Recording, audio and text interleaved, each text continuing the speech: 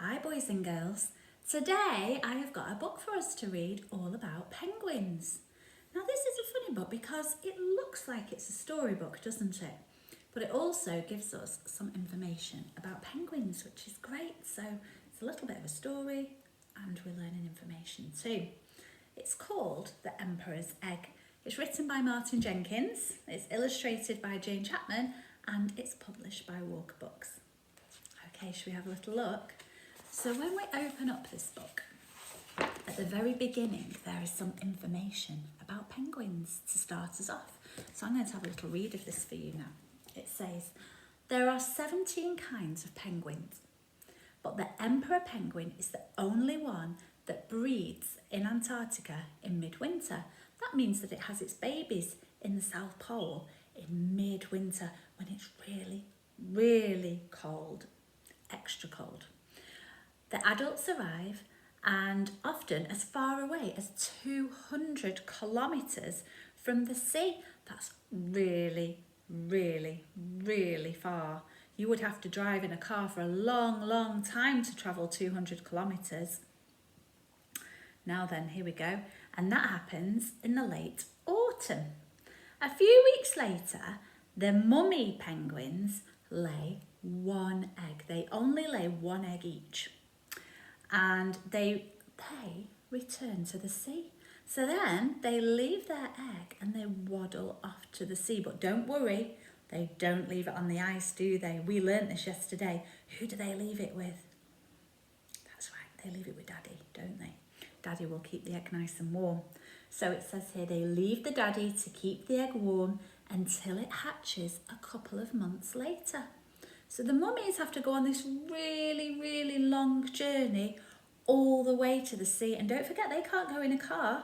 They have to waddle. And it takes them such a long time to get there. A really, really long time. And don't forget, it's freezing cold for them. It's a really hard journey. At first, the lady and the man take turns to look after the chick. So the mummy and the daddy, they take it in turns to look after the chick once it's hatched, because the mummy comes back. You'll find that out soon. But as soon as it's big enough to be left, both parents go fishing for food in the sea. And by the time it's 4 months old, the young penguin's coat of fluffy down. So those fluffy feathers that we saw in the PowerPoint yesterday, they're called down feathers. They're the really soft, fluffy ones that keep them warm. But they can't really go in the sea with those because they're not waterproof. So after they're 4 months old, they get replaced by the adult feathers. So the adult feathers grow underneath and all that fluffy, downy, the fluffy, downy feathers, they fall off, they just drop off. Okay, so it says here, it now also sets off for the sea, because it's got its waterproof feathers now, where it has to start looking after itself. So it starts to go and dive into the water and collect its own fish. Right, should we have a little read of the story now? The Emperor's Egg. Here we go. Down at the very bottom of the world, there is a huge island that's almost completely covered in snow and ice. It's called Antarctica, and it's the coldest, windiest place on Earth. And there you go, you can just see it there, the bottom of the Earth. But wait, what's that shape over there? It can't be. Yes! What's it going to be?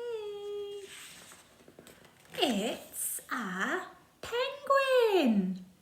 It's not any old penguin either. It's a male emperor penguin, the biggest penguin in the whole world. And he's doing a very important job. He's looking after his egg. And down here it says about the male emperor penguins. They measure about 1 metre and 30 centimetres tall. And the females are a little bit smaller, because we learned that yesterday in the PowerPoint, didn't we? That they're mostly about 120 centimetres tall. Some of you might have measured that yesterday. Well, the lady penguins are just a little bit smaller and the daddy penguins are just a little bit taller. But the daddy didn't lay the egg himself, of course, did he? Who laid the egg? It was Mummy, wasn't it? Mummy did that a few weeks ago, but very soon afterwards, she turned around and waddled off to the sea to go and get some nice fish. That's where female emperor penguins spend most of the winter. Female means a lady penguin. They spend most of the winter swimming about, getting as fat as they can by eating as much as they can, and generally having a very nice time as far as I can tell. Emperor penguins mostly eat fish and squid, we know that, don't we? And some tiny shrimp-like animals called krill. It's a bit like tiny prawns. They really like those.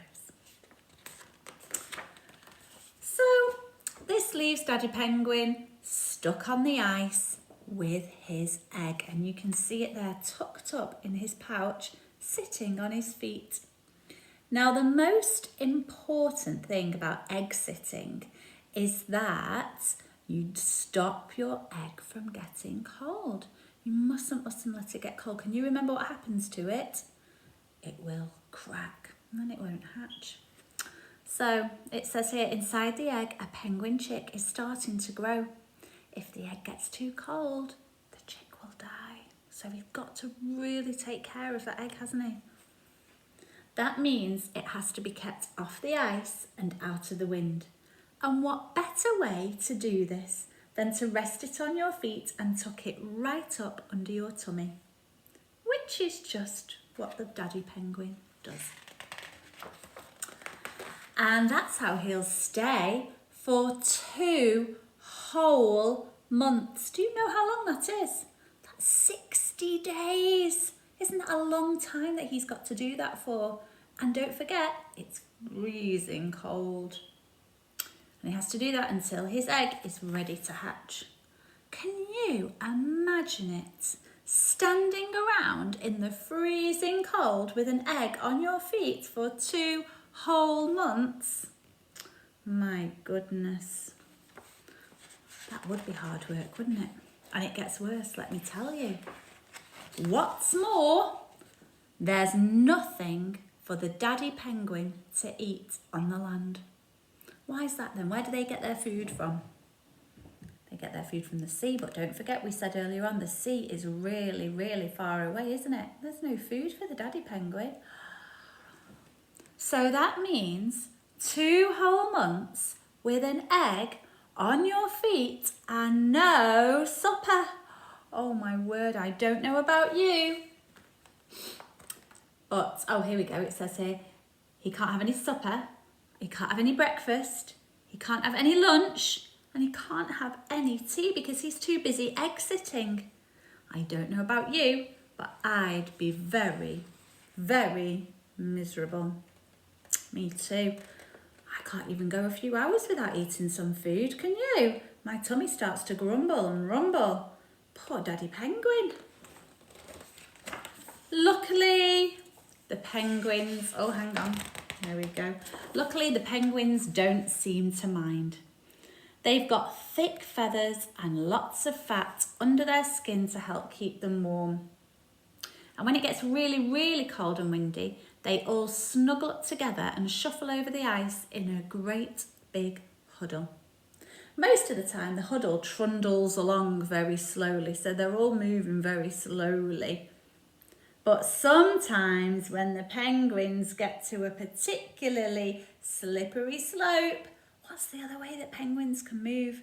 They can waddle or they can slide. It says they slide down the ice on their tummies, pushing themselves along with their flippers, always remembering to take care of their egg.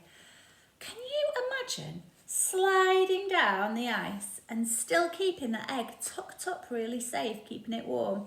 That is tricky, isn't it? They're very clever, these penguins, and they try hard not to bump into each other. So it says here, oh, even though the daddies take really, really good care to keep the egg tucked right under their tummies when they slide, sometimes it rolls out and it breaks. That's sad, isn't it? And that's how the father penguin spends the winter. Until one day he hears a chip, chip, chip. What do you think that could be? What's the chip, chip, chip? His egg starts to hatch. Oh, it takes a day or so, but finally the egg cracks right open and out pops a penguin chick. Now the daddy penguin has 2 jobs to do. He has to keep the baby chick warm and he has to feed it. Now this is the yucky bit. Are you ready to hear the yucky bit? So what daddy penguin does to feed it, it says here, oh, the chick is too small to be taken off to sea to catch the food because they couldn't do that journey. And it can't be left behind on the ice on its own. So where's it going to get food from?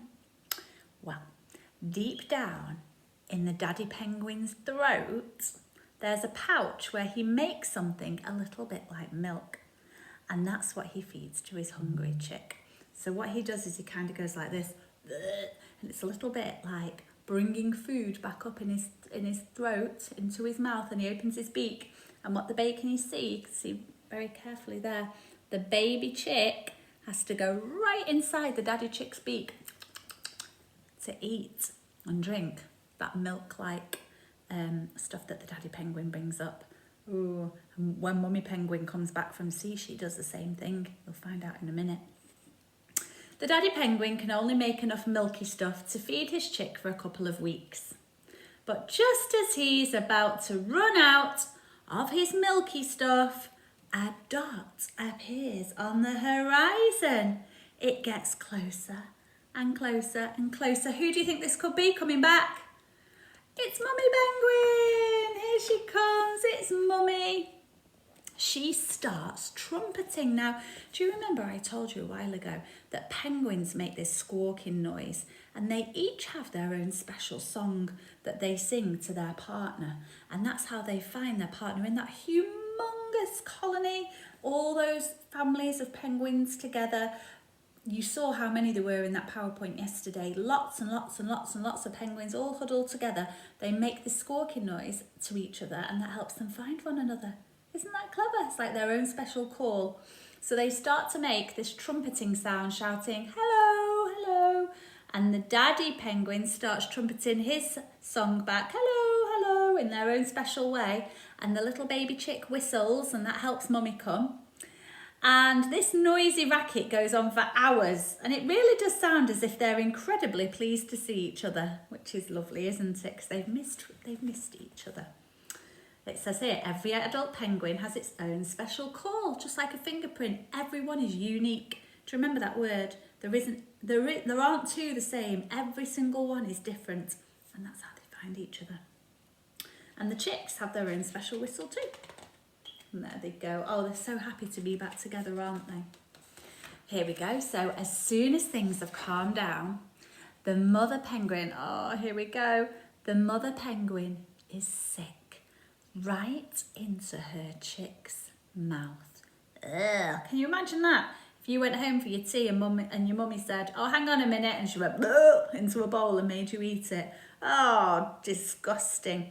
But that's what they like. Because the mummy penguin, she can't carry the fish in her hands, can she, from the sea? She hasn't got any hands. So she carries it right there in the back of her throat. So she eats lots of fish in the sea and she saves it all in the back of her throat so that when she sees her baby, she can bring it back up and let her baby feed, which is lovely, isn't it? So yes, she's sick right into her chick's mouth. Yuck, you may think, but yum yum, says the chick. And it gobbles down the lot. It loves it.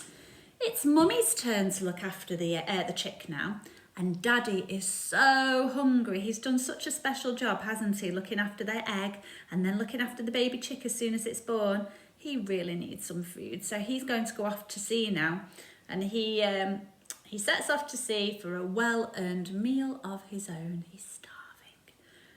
About time too. So we've just found out even more, haven't we, about penguins and what a really special job that they do. It's incredible, and they're doing it all in the freezing cold. absolutely freezing. So, you've got a special job to do now. What I would like you to do, I would like you to think about what we learnt yesterday and what we've just learnt now from this book. I want you to think of 3 things that a penguin can do.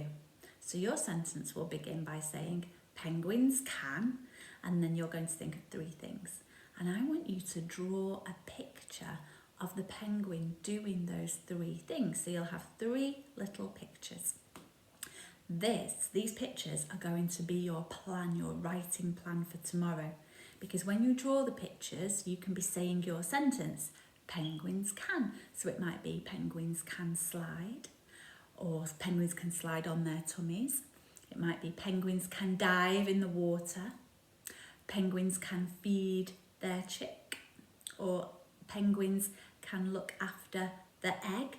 There are lots and lots of things that you could write about. Penguins can do so many things. So 3 pictures, and I want you to say aloud the sentence that goes with each of them. And if you want to record those and send them to us, that would be lovely. We'd love to listen to them. And that would also help you for your writing tomorrow, because you could play them back to remind you of what your sentences are. Okay, right, I hope you enjoyed that book. And before we do our writing tomorrow, I think we'll read an information book to find out even more about our penguins. Okay, right, off you go. 3 pictures about what penguins can do. Can't wait to see them. Bye-bye.